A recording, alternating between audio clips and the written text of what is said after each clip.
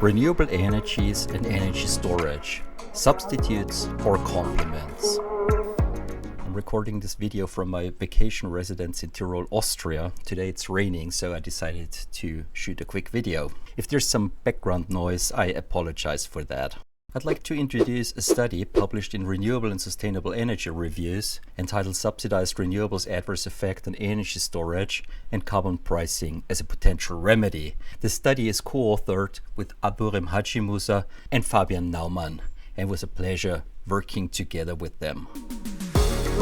Very often you hear and read that renewable energies need energy storage or other flexibilities as a backup. This is because the two most widespread forms of renewable energy, wind and solar PV, are intermittent in their electricity supply. That means they are driven by the weather, and therefore electricity storage can balance the supply intermittency of those renewable technologies. So there's a widespread view that renewables and storage are good friends in technical terms. So from a welfare perspective, renewables and storage can be seen as complementary technologies. They are good friends. However, from an economic perspective, renewables and storage may be substitutes. They may counteract each other. So there could be a discrepancy between the technical or the welfare perspective and the economic perspective. So for this study, we asked, is it possible that renewables deter the profitability of energy storage technologies? If so, under which circumstances? And is there a way to test this empirically? And we came up with an idea to use data from Germany. Germany is not only known for the warmth and the humor of their citizens and the huge amounts of beer the people drink, but also for the fast deployment of renewable energies. In 2020, Germany already had a share of 47% renewable energy in total electricity production. In 2025, the share rose to almost 60%, and Germany follows targets to deploy 100% renewable energies by 2045. So very ambitious deployment targets. Moreover, until October 2018, Germany and Austria together formed one single electricity bidding zone. So one single electricity market with one single electricity spot price. And that allowed Germany to access Austrian pumped storage. Austria is known as the battery of Europe and has a significant installed capacity of pumped storage. Altogether, this is a case study where significant amounts of intermittent renewables interact with significant amounts of energy storage. So in this study, we tried to set up an empirical model which tries to uncover an adverse effect of direct state intervention. The deployment of renewable energies has been financed via generous financial support payments, for example, direct feed-in tariffs, which can be seen as a form of state intervention. So a lot of taxpayers' money was spent on the deployment of renewable energies. There is a well-researched effect, that is, renewables create a merit order effect, which means that renewables decrease the wholesale spot price of electricity. Moreover, the price decrease may be most pronounced during peak times when demand is high. And I'm going to come back to that in a minute. However, if this was the case, this could undermine the business model of energy storage operators. Before we dig deeper into the economic mechanisms, I'd like to talk about the workings of pumped storage. Currently, pumped storage is the only economically viable energy storage technology. Pumped storage makes up around 96% of global total storage capacity. The business model of any storage technology, including pumped storage, is simple. It is price arbitrage. So pumped storage consumes electricity to pump water uphill when prices are low, for example during the night, and then let the water flow downhill to produce and sell electricity when prices are high, for example during the day during peak load times. So if additional renewable energy deployment decreased the price spread between peak and off-peak times, this would lower the profitability of pumped storage power plants. If this was the case, we would expect long-lasting negative investment effects on pumped storage. And this could also be generalized potentially to other storage technologies such as battery storage. I would now like to introduce a stylized effect of renewable energies on electricity spot prices or on the spot price spread in a price quantity diagram. Let's assume that this is the supply of electricity without a significant share of renewable energies in the system. Then we have low demand during the night, and where demand interacts with supply, we have a low electricity price. During the day, we have a higher electricity demand, and then again, high demand meets supply of electricity in the steeper part of the supply function, and we get a higher electricity price. This gives a price spread during peak and off-peak times. Let's now assume renewable energies push into the system. According to their low marginal costs, they feed in first and push the remainder supply curve to the right. We can now apply the same logic. Low demand meets supply or high demand meets supply.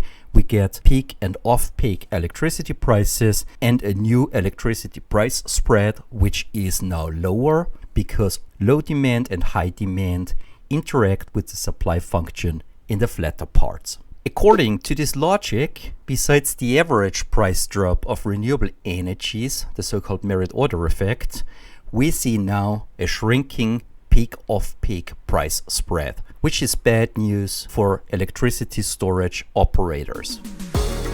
Let's now discuss the research design. We are setting up an econometric model in which we try to estimate a causal chain effect in a two-stage least squares model. So in the first stage, we estimate the effect of renewable energies on the wholesale price variance or the wholesale price, and the identification strategy relies on exogenous electricity supply from intermittent renewable energies, which is driven by the weather. So the price variance or the wholesale price is a function of renewable energy electricity supply plus a set of control variables, including many different fixed effects. In the second stage, we're estimating the effect of the predicted price spread or the predicted wholesale price level on the operational profits of the pumped storage industry. So pi, the pumped storage industry profits, are a function of the predicted price spread and control variables. The causal chain effect is now the estimated effect from the first stage on renewable energies times the estimated effect from the second stage on the price spread or the wholesale price level. We employ hourly data over 3.5 years running from 2015 until mid of 2018, and the data comprise electricity consumption, generation of electricity from storage plants, spot price data, and a set of control variables including electricity demand or load, temperature, the price of coal, the price of gas, and the price of CO2 emissions. We compute variable profits of the pumped storage industry using pumping and generation data evaluated at the respective hourly day-ahead electricity spot prices. So this is an assumption, however, as we claim in the paper and substantiate, this is, to the best of our knowledge, a cautious and valid assumption. Okay, let's come to the main results. First of all, we have a baseline model in which we estimate the effect of additional renewable energies on the electricity price level.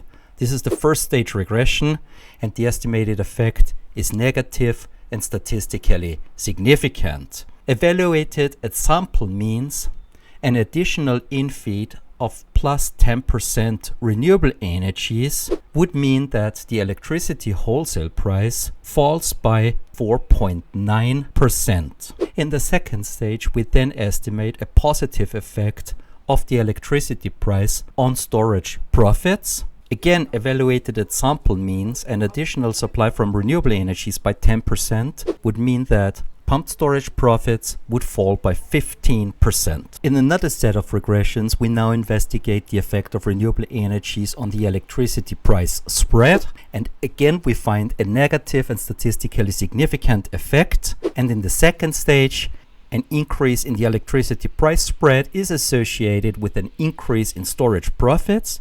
Together, that means that an additional 10% renewable electricity supply would lower pumped storage profits by, again, 15%. We can also demonstrate that renewable energies have a negative effect on the electricity price, whereas the effect is much more negative during peak times, and therefore we can demonstrate that renewable energies have a lesser negative effect during off-peak times and a more pronounced negative effect on the electricity price during peak times, in line with our economic theory that I already introduced. And that again yields a negative effect on the profitability of pumped storage by minus 14.3%. So this backs our initial story.